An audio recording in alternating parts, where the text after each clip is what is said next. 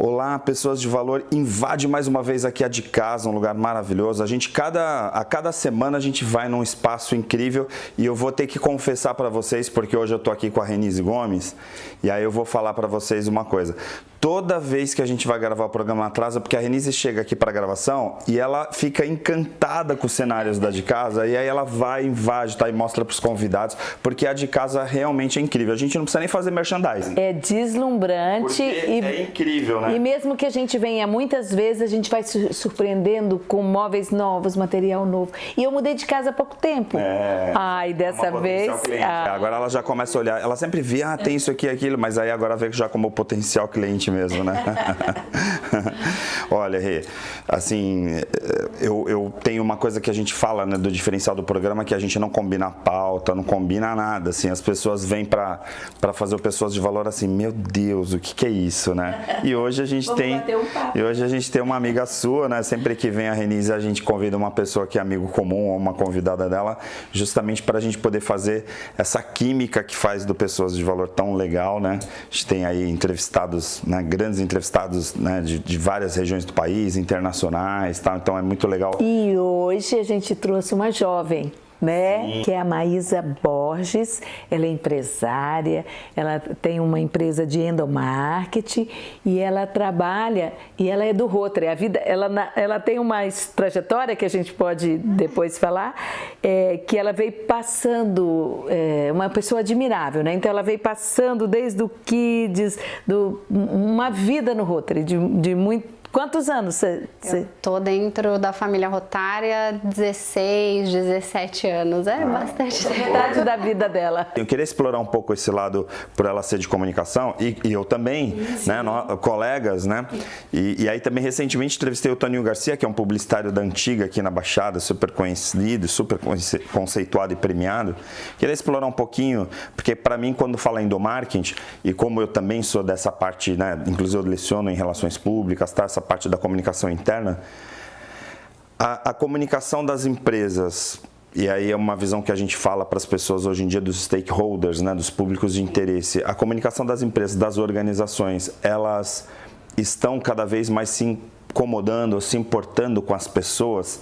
A comunicação e o RH cada vez estão mais juntos. Com certeza. Eu acho que a pandemia, ela acelerou muitas coisas também, que já eram previstas para um futuro, né? Eu falo assim, e eu comento tanto com clientes quanto para fora, que a gente se engana quando fala que o primeiro cliente é o externo, né? Quando na verdade o principal cliente de qualquer empresa é o interno. Se você não cuida bem do seu colaborador, o seu colaborador não vai cuidar bem do seu serviço, do seu produto. Então é a base de tudo. Ainda há um movimento de crescimento nessa área, né? É pouco, mas é essencial. Então, se você não cuida de quem está dentro, como que você quer que quem esteja dentro cuide de quem vem de fora, né? Que ofereça melhor, que faça melhor. Então, assim, eu sou da típica frase que pessoas felizes trabalham felizes, fazem tudo mais felizes. Produz muito mais, né? Com certeza. A produtividade no ambiente tóxico, por exemplo, a gente sabe, não funciona, né? Sim. A gente fala muito isso sobre a toxicidade, né?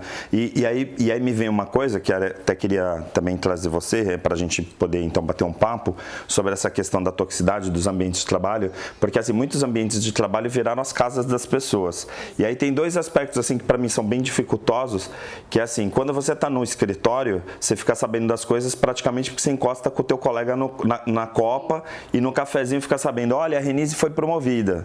Só que agora a copa é a tua cozinha na tua casa e aí a dele é na casa dele. E a dele na casa dele. Então eu fiquei sabendo da Renise que estava na casa dela e eu na minha, então assim, dificulta a comunicação. E aí a gente envolve também a questão do clima, né, de como fazer com que essas pessoas estejam comprometidas com os propósitos da missão da empresa, tudo mais. E já era difícil junto, né? Quando as pessoas estavam na empresa, havia todo um trabalho tanto da liderança quanto do RH, né?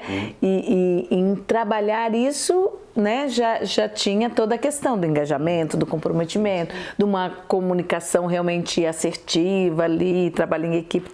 Imagina a distância, né?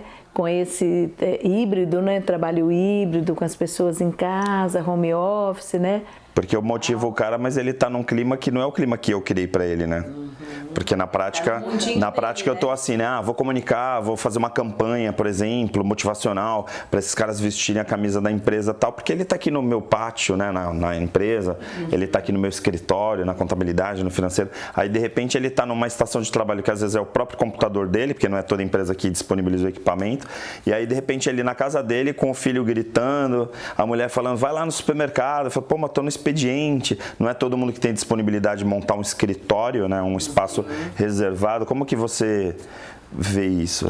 Assim, eu trabalhava, na verdade, em outra empresa antes de abrir a minha, e eu vi essa mudança acontecer, né, dentro da minha própria casa também, porque eu e meu marido fomos trabalhar dentro de casa, e com o cachorro latindo, só não tinha criança, mas o cachorro, e eu acho que é você saber dividir também, e a empresa também enxergar o outro lado, né? E escutar o seu colaborador. Existem pessoas que não se adaptam com 100% online, tem pessoas que preferem, porque começaram a poder ver também o crescimento do seu filho, a ver o desenvolvimento da criança que você não tinha antes, né, quando você estava no escritório. Mas eu acho que é ponderar. O que a pandemia também trouxe é, assim, o burnout, né? Foi absurdo durante esses 2 anos, porque as pessoas com o computador em casa, deixa eu dar uma olhadinha, vou ficar mais um pouquinho, e aí vai da empresa também olhar para o seu colaborador e falar assim, olha,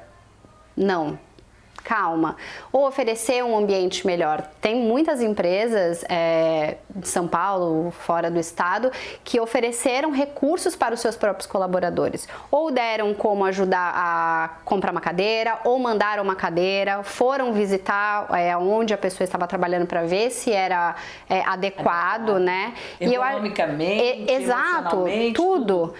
E eu acho que assim, é uma balança, né? Os dois lados têm que entender, porque óbvio, se você está dentro de casa e você tem um filho, seu filho vai gritar. Ele não vai entender. Uma criança de 5 anos não vai entender que o pai está numa reunião. Sim. Entendeu? Então, eu acho que isso, assim como o colaborador aprendeu a vir para o home office, a empresa também.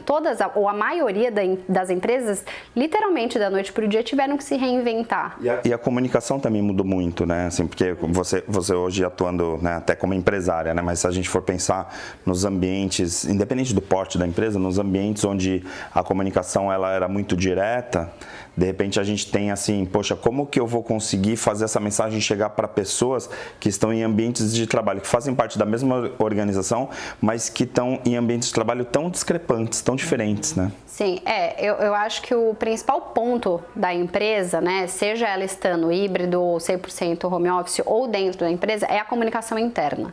Se você comunica a pessoa certa, no momento certo, da maneira correta, a empresa flui em um só. Se você... não adianta você distribuir para todos, às vezes, uma mensagem que ela cabe somente ao departamento de RH, somente ao departamento financeiro. Claro, existem mensagens que devem e são enviadas para toda a empresa, como tem as focais, né, as que são em foco.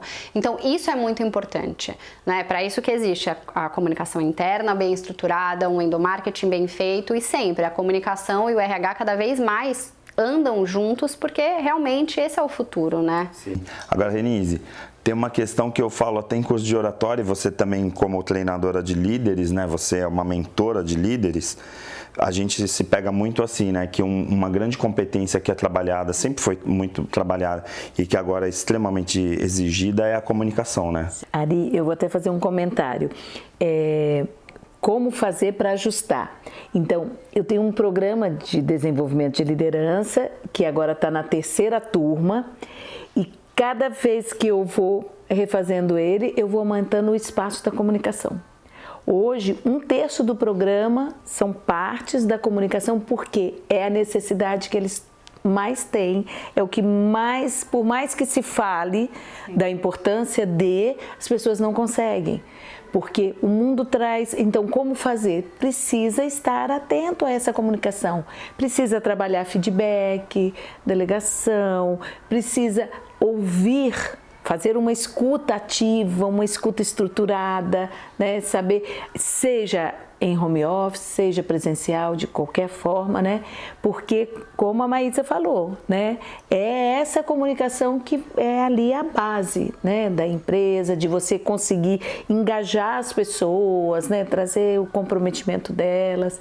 Então, a comunicação é tudo, e nós temos que gastar um tempo, porque nesse mundo louco, nesse mundo de tanta informação, a gente se perde com tanta coisa e não detecta o que é importante. Então, se eu tenho e-mails de forma exagerada, que você não foca, igual a Maísa falou, vai tudo para todo mundo, então eu passo os olhos em tudo e não vejo o que ninguém lê.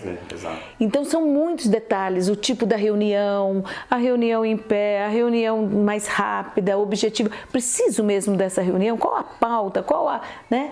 Então, é a comunicação de e-mail, de WhatsApp, das redes internas, tudo isso tem que ser muito pensado e repensado. Agora, qual é a maior dificuldade assim, que você vê nessa questão, até de implantação mesmo, né? Você deve pegar empresas de portes diferentes como clientes. O foco, né, que eu peguei são pequenas e médias, exatamente por não saberem muito ainda, né?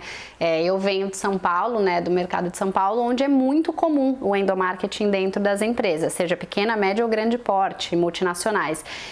E por isso que eu resolvi vir para Santos com isso, né? Como uma novidade. O principal desafio é o próprio, seja o diretor, o sócio, o CEO da empresa, ter a visão de que o seu colaborador é seu principal cliente, ponto. Porque a gente vem de uma cultura em que as pessoas veem o principal cliente, o externo, o que vai comprar, o que vai fazer, o que vai pedir. E não é, porque eu tive até exemplos essa semana de um colega meu que trabalha numa empresa e ele veio falar para mim e para o meu marido sobre um produto da empresa e falando e contando que é maravilhoso. E aí eu comentei com o meu marido, eu falei, olha aí, isso é um endomarketing bem feito dentro da empresa. Porque se ele não gostasse do ambiente onde ele trabalha, se ele não gostasse do que ele faz, ele jamais chegaria pra gente para falar. E ele veio, é uma propaganda querendo... Né? Sim, e é uma propaganda sem custo, né, para a empresa, se você parar para pensar. Tem autoridade para falar tanto bem como mal. Sim. Porque se você chega e fala assim, pô, esse produto aqui eu tô a fim de experimentar. Aí você encontra um cara que trabalha dentro da empresa, que fabrica o produto e fala assim, não experimenta esse produto que ele é horrível. Aí acabou, né?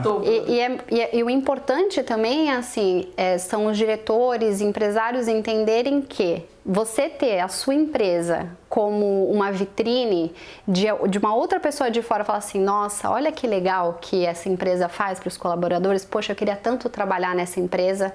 Então isso é muito importante também, né? E pessoas, como a gente comentou no início, que não estão felizes, isso é uma pesquisa oficial, produzem 33% a menos do que pessoas felizes no seu ambiente de trabalho. Isso é muita coisa para a empresa, né? E a rotatividade dentro da empresa é ruim para a empresa, para o empresário, porque você está saindo alguém, entra alguém novo, você perde tempo para ensinar essa pessoa, você para alguém para ensinar essa pessoa. Lá atrás a gente tinha a empresa que ela fazia o produto que ela queria e empurrava, tá aqui ó, você compra porque só tem esse. Então eram modelos, ela não era nascida ainda, mas os modelos eram assim, a empresa era cada uma com seu produto e tal. Depois veio muito forte um ciclo onde o rei é o cliente, né? O cliente Ele fala como tem que ser o produto. Exatamente, os produtos são mais customizados e é o cliente que paga o seu salário, são essas frases assim que realmente o cliente tem que ser valorizado, realmente. Mas agora a gente entrou nessa fase, né, do endomarketing, da gente valorizar quem está com a gente. Né? Às vezes eu tenho líderes, né, pessoas que eu atendo ou no individual ou no líder eficaz, que traz essa questão, como que eu faço para engajar, como que eu faço para motivar? Então assim, antes, né? Ele vai se motivar naturalmente a partir do momento que porque liderança é você influenciar, né? Vocês sabem muito bem, é você influenciar e desenvolver as outras pessoas. Então, quando você, no papel de líder, está ali influenciando, passando, né, orientando e preocupado com o desenvolvimento dele, à medida que você delega, à medida que você vai dando os feedbacks do que acertar, à medida que você envolve nas reuniões para que ele opine sobre produtos, sobre venda, sobre tudo, essa pessoa naturalmente ela vai se engajar, naturalmente ela vai se comprometer com a empresa e vai chegar num grupo. O ambiente da empresa é totalmente ela diferente. Ela vai se sentir parte, né, da empresa, não só mais um. Eu sou só mais um. Não, eu faço parte, eles me escutam e o que eu falo está sendo levado em consideração. E isso é primordial para qualquer empresa. E não é preciso fazer nenhum trabalho de engajamento. Se você precisa fazer esse trabalho de engajamento, é porque alguma coisa está errada na estrutura principal. Exato, na base. Né? Se você não está no seu papel de líder desenvolvendo o seu colaborador, se você, né?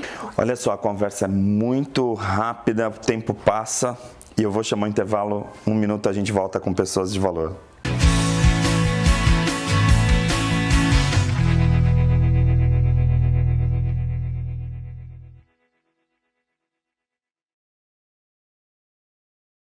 Você já ouviu falar no Brain Talks? O Brain Talks é mais nova proposta de levar o conhecimento de neurociência ao alcance de todos. O Brain Talks traz palestrantes, professores, médicos, estudantes e especialistas para tratar temas relacionados ao universo da neurociência e sua aplicação em diversos contextos, seja no mundo corporativo, educacional e até mesmo para a sua vida. Afinal, nós somos o nosso cérebro e tudo isso num clima descontraído, com direito à música, em um dos espaços mais incríveis de São Paulo, a Cal Coworking Unidade Berrini. O Brain Talks acontece a cada 3 meses e foi idealizado por Flávio Maneira, um executivo do setor da saúde e educação com mais de 20 anos de experiência. Inscrições e todas as informações no site braintalks.com.br. Vagas limitadas, hein? Bora! Existe um bebê que é especial, está sempre na moda, bonito pra você. A mamãe e o papai, ele quer agradecer pelo banho de loja da estação do bebê. Roupinhas, acessórios, carrinhos, enxoval, toda a decoração da estação do bebê. Rua Carvalho de Mendonça, 251 Santos. Estamos atendendo. Ligue para 3302-1970. O seu bebê feliz na estação do bebê. Sou Renise Gomes, coach e mentora de líderes. E a gente fala tanto em coach, mas o que é mesmo? É uma metodologia fantástica que leva você ao melhor de si mesmo.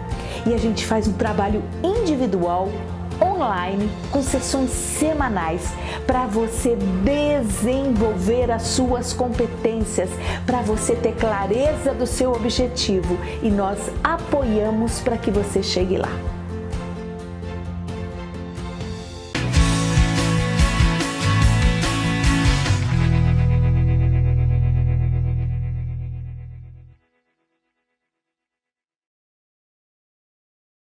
Estamos de volta com pessoas de valor e agora mudou o bloco, mudou o assunto completamente. Porque o legal quando a gente traz entrevistados assim que tem uma versatilidade, que são pessoas inteligentíssimas, a gente pode falar de tudo. Por exemplo, já trouxe o Alexandre Quartzo aqui para falar de ortomolecular, mas a gente já falou de filosofia, já falou de um monte de coisa. Roberto Debs, que é médico, psicólogo, constelador. O Flávio Maneira, a gente fala de neurociência, mas fala de desenvolvimento profissional, um monte de coisa. E Renise, então, um monte de coisa. E aí, como a Maísa está aqui e a gente também citou no início essa questão do Rotary, eu vou trazer um pouco esse corpo que hoje a gente fala muito de ESG, né, da governança e tal, mas principalmente do trabalho de solidariedade, né? Eu lembro quando a gente lançou o Pessoas de Valor, estava até a Adriana da de casa e o Ricardo Oliana, para a gente falar da importância do trabalho solidário, dessa questão, né, de engajar as pessoas em causas, né? E o endomarketing tem um pouco a ver com essa questão de construir um engajamento, né, nas pessoas.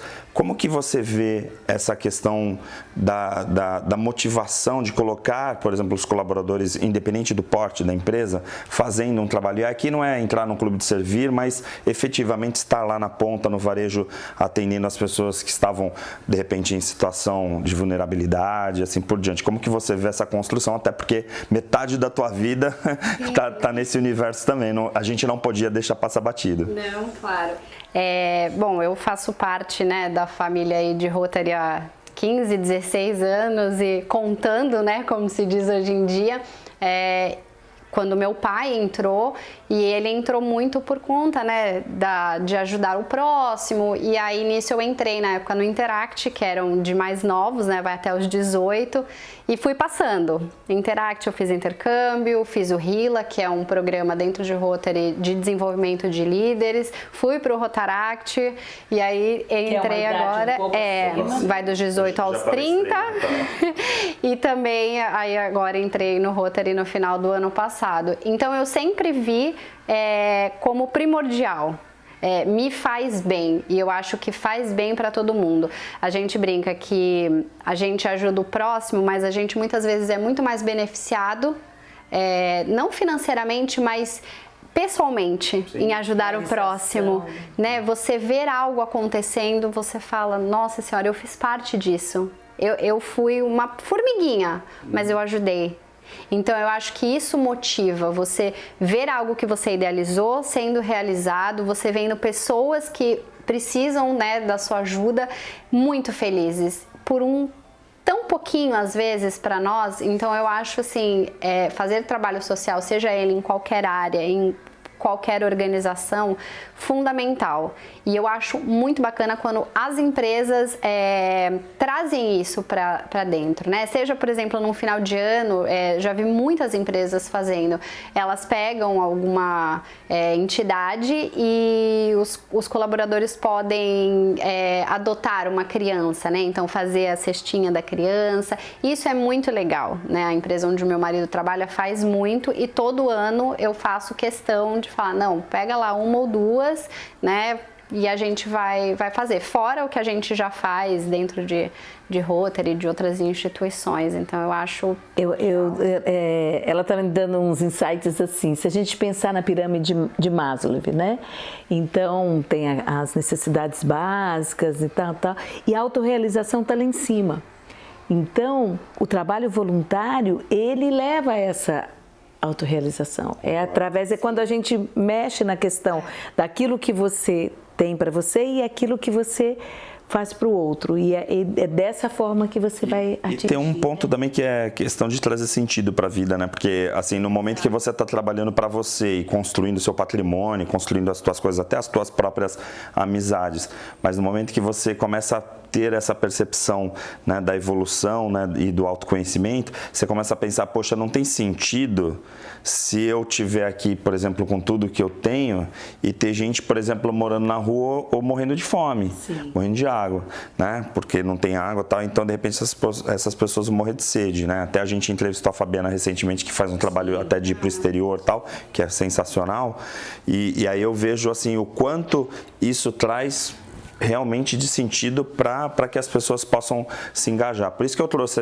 esse ponto para discutir aqui, porque, de certa forma, envolver os teus colaboradores da organização, independente se é uma empresa pequena ou grande, nesse tipo de atividade, você também está trazendo flow para dentro da empresa, né? Que é essa coisa do fluir, de a pessoa estar sentindo essa autorrealização de saber que, por exemplo, a empresa dela foi lá e reformou uma escola, como a gente tem aqui, né? Algumas indústrias fazem isso, aí fizeram, por exemplo, o trabalho de profissionalização de jovens, o Campus mesmo faz um trabalho incrível lá, né? Uma das entidades. Então, assim, ter essa conexão é importante também, né? Sim, não, é muito importante. E eu acho que a cada trabalho social, voluntariado, você começa a enxergar o mundo de uma outra maneira. A sua percepção muda das coisas. Você começa a dar mais valores a outras coisas e não tanto valor a coisas que você fala, nossa, pra quê? Não vale a pena, né? Teve um projeto que a gente fez em parceria com a Teto, quando eu estava presidente do Rotaract na época, para levantar as casas, né, de emergência.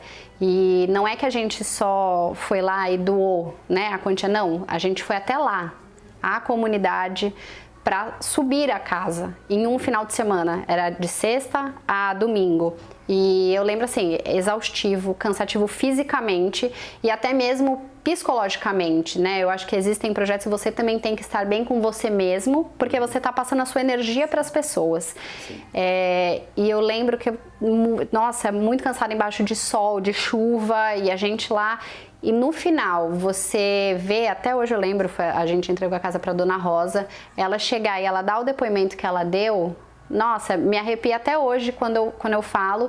E eu levei depois, né, em agradecimento a quem doou esse projeto para dentro do Rotary para agradecer, porque a gente teve muitas doações.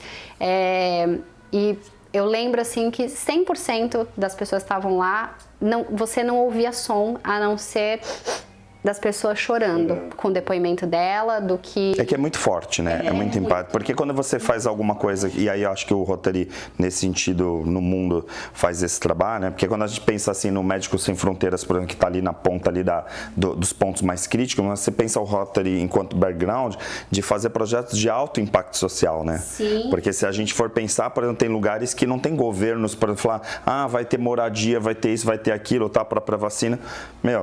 É o Rotary que está lá fazendo aquilo para efetivamente dar o mínimo para aquelas pessoas, né? O Angel Polinal, né, que é do Rotary há muitos anos e muitas pessoas nem sabem, né? E que, nossa, erradicamos a polio, né?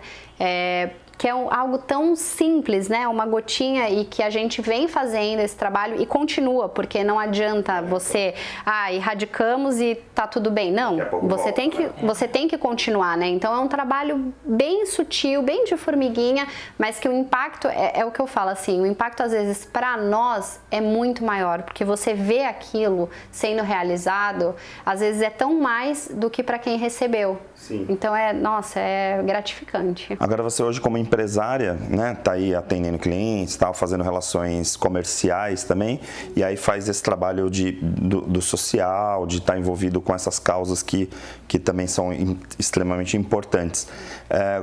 Como que é a tua agenda em termos de dedicação de tempo? Vou jogar agora a pergunta de $1 milhão, né, que a gente fala aqui no programa. Assim, dá tempo de tocar a empresa, ou dá tempo de fazer, porque às vezes as pessoas falam pra mim, como que você faz tanta coisa, BRH, PP, não sei o que, aí eu fico assim, sei lá, eu faço, né? Eu não fico pensando muito no tempo. Como que é pra você, até ouvir de uma jovem, né, Renise? Como a Renise falou que ela é uma jovenzinha. Casada, né? Muito com a família também, muito envolvida. Tem horas que meu marido pergunta, meu Deus, como que você consegue, né, arrumar tempo e controlar tudo? Eu não sei, eu acho que flui, simplesmente flui. E eu sou do tipo que quanto mais coisa eu trabalho melhor. Flui, acontece. Claro, tem dias que eu me programo. Eu sei que eu vou ter mais coisa da parte, né, social para fazer. Um dia antes eu fico até meia-noite trabalhando em casa. Ou então, o contrário, trabalhei e eu tenho que resolver isso dessa parte. Ok, vou e resolvo. Então eu divido conforme vai precisando, cada semana é uma semana, e flui. Eu acho que o importante é assim, aquela frase de eu não tenho tempo, eu não sei viver com essa frase, comigo não funciona. A gente arruma um tempo, quando a gente quer, a gente faz acontecer. Perfeito. E por falar em tempo, o tempo do programa acabou, Renise.